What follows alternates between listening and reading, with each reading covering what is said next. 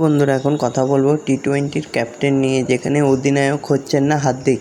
টি-20তে নতুন নেতা বেছে নিয়েছে ক্রিকেট বোর্ড। ঘোষণা 2-1 দিনের মধ্যেই হতে চলেছে।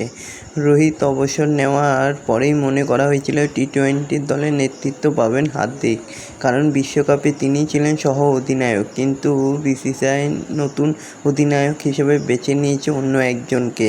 কে সেটাই জানাবো। তো বন্ধুরা, এরকমই সব খেলার খবর জানতে হলে আমার চ্যানেলটিকে অতি শীঘ্রই লাইক, কমেন্ট, সাবস্ক্রাইব করতে ভুলো না ও বন্ধুদের মধ্যে প্রচুর পরিমাণে শেয়ার করে দাও, যাতে আমার 4000 ঘন্টা ওয়াচ টাইম খুব শীঘ্রই পূর্ণ হয়ে যায়। তো বন্ধুরা, শুরু হয়ে গেল টি-20 ক্যাপ্টেন বাছাই পর্ব, যেখানে আপাতত হার্দিকের অধিনায়ক হওয়ার কথা ছিল, তা হচ্ছে না। একটি সর্বভারতীয় সংবাদ মাধ্যমের প্রতিবেদন অনুযায়ী পাকাপাকিভাবে জাতীয় দলের নেতৃত্ব পেতে আরও অপেক্ষা করতে হবে না মুম্বাই ইন্ডিয়ান্সের অধিনায়ককে। ভারতীয় ক্রিকেট বোর্ডের সূত্রে খবর, টি-20 দলের অধিনায়ক হতে চলেছেন সূর্যকুমার যাদব।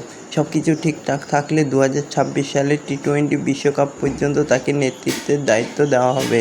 2-1 দিনের মধ্যেই সরাসরিভাবে সূর্যকুমারের নাম টি-20 দলের অধিনায়ক হিসেবে ঘোষণা করা হবে। কোচ গম্ভীরেরও সায় রয়েছে এই সিদ্ধান্তে।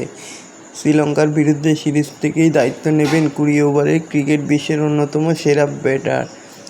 দলে থাকবেন হার্দিকও, তাকে সম্ভবত সহ অধিনায়ক হিসাবে দেখা যাবে। গত একদিনের বিশ্বকাপের পর দুটি টি-20 সিরিজে সূর্যকুমার ভারতীয় দলের নেতৃত্ব দিয়েছিল।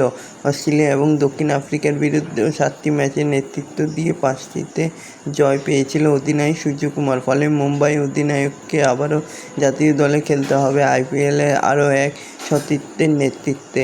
তো বন্ধুরা, এরকমই সব খেলার খবর প্রতিদিন জানতে হলে আমার চ্যানেলটিকে অতি শীঘ্রই লাইক, কমেন্ট, সাবস্ক্রাইব করতে ভুলো না ও বন্ধুদের মধ্যে প্রচুর পরিমাণে শেয়ার করে দাও, যাতে আমার 4000 ঘন্টা ওয়াচ টাইম খুব শীঘ্রই পূর্ণ হয়ে যায়। ধন্যবাদ সবাইকে।